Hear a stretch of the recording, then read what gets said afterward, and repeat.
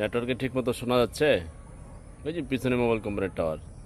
Call drop ইস্যুতে mobile অপারেটরদের আর কোনো ছাড় দিতে রাজি নয় সরকার। এ ব্যাপারে জোরালো পদক্ষেপ গ্রহণ শুরু করেছে বাংলাদেশ টেলিযোগাযোগ নিয়ন্ত্রণ কমিশন বিটিআরসি। ইতিমধ্যে কল ড্রপ সমস্যা সমাধানে কার্যকর ব্যবস্থা নিতে না পারায় শোকজ করা হয়েছে মোবাইল অপারেটর গ্রামীণফোনকে। সদুত্তর দিতে ব্যর্থ হলে 2 কোটি টাকা হতে 300 কোটি টাকা পর্যন্ত জরিমানা গুনতে হতে পারে প্রতিষ্ঠানকে। প্রতিমন্ত্রী বলেন, স্পেকট্রাম বরাদ্দের তুলনায় ইউটিলাইজেশন কম। গ্রামীণফোন বারবার বলে টাওয়ার কম, কিন্তু টাওয়ার যা আছে তাতে বিটিআরসি যতটুকু স্পেকট্রাম বরাদ্দ দিয়েছে সেটা কেন তারা ব্যবহার করছে না? কারণ ওই স্পেকট্রাম ইউটিলাইজ করতে গেলে আরো কিছু টেকনোলজি এবং ফাইন্যান্সের বিষয় আছে, যেটা তাদের প্রতিশ্রুতি ছিল। কেন তারা সেটা করলো না? এই কারণে আমরা তাদের শোকজ করেছি। তারা সদুত্তর দিতে না পারলে 1 কোটি থেকে 300 কোটি টাকা জরিমানা করা হতে পারে। গ্রামীণফোন সারা বাংলাদেশে বলছে তাদের সেরা নেটওয়ার্ক, এবং টাকা পয়সা দিয়ে বিভিন্ন সেলিব্রিটি বেড়াবেড়ি নাচায় বলে মিথ্যা বিজ্ঞাপন দেয়। এর মধ্যে কল ড্রপ অন্যতম সমস্যা। কিন্তু তাদের কিছু টেকনোলজি এবং ফাইন্যান্সের ব্যাপার রয়েছে, কিন্তু তাদের তো সেই পরিমাণ অর্থ আছে, থাকার পরেও তারা সেই টেকনোলজি নেয় না। আর জনগণ কল ড্রপে পড়ে এবং তাতে জনগণের হাজার হাজার কোটি টাকা লস হচ্ছে। তার বিপরীতে এখন বিটিআরসি অ্যাকশন নিচ্ছে, এবং ডাক ও টেলিযোগাযোগ প্রতিমন্ত্রী জুনায়েদ আহমদ পলক তিনি চমৎকারভাবে উদ্যোগ নিয়েছেন এবং গ্রামীণ ফোনকে সুকোজ দিয়েছেন এবং বলেছেন জরিমানাটা হতে পারে 2 কোটি থেকে 300 কোটি টাকা পর্যন্ত।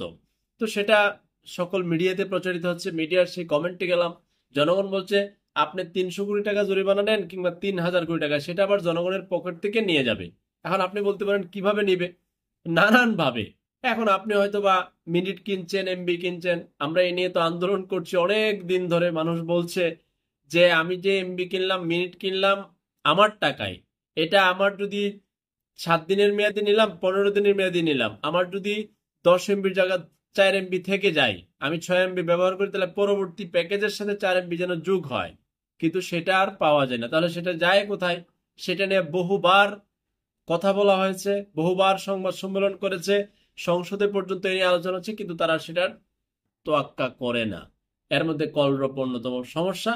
চমৎকার এখন সুকোচ করেছে, এবং শুধু গ্রামীণ ফোন নয়, এখানে এয়ারটেল, বাংলালিংক, তারা কি একেবারে ধোয়া তুলসী পাতা? ব্যাপারটা এরকম নয়। তারা বিভিন্ন দেশ থেকে ব্যবসা করতে আসছে, অথচ যে দেশে ব্যবসা করছে সেই দেশের মানুষকে কষ্ট দিয়ে, বেড়াবেটি নাচায়, বিজ্ঞাপন দিয়ে, ধোকাবাজি করে হাজার হাজার কোটি টাকা নিয়ে যাচ্ছে। তো সেই জায়গায় আরো আন্তরিক হতে হবে বিটিআরসি কে। আরো বেশি অ্যাকশন নিতে হবে কোম্পানির যখনই অনিয়ম করবে জনগণের সাথে। আর টেলিটককে আরো উন্নত করতে হবে, যেন মানুষ দেশের সেবায়, দেশের প্রতিষ্ঠানের সাথে যুক্ত হয়ে সঠিক নেটওয়ার্ক পায় এবং কোন ধরনের প্রতারণার আশ্রয় তারা না নেয়। তো গ্রামীণফোনের এই সুকোজটা আপনার কাছে কেমন লেগেছে? এবং পরবর্তীতে গ্রামীণফোন কি করবে তারা তারা জানে। তারা এখন তো ধরা পড়ে এইসব বিষয়গুলো। যদিও জনাব জুনায়েদ আহমেদ পলক বলছে ব্যাপারটা ইন্টারনাল ছিল। আহ, এখন বলতে বলতে বলেই ফেলেছে তিনি।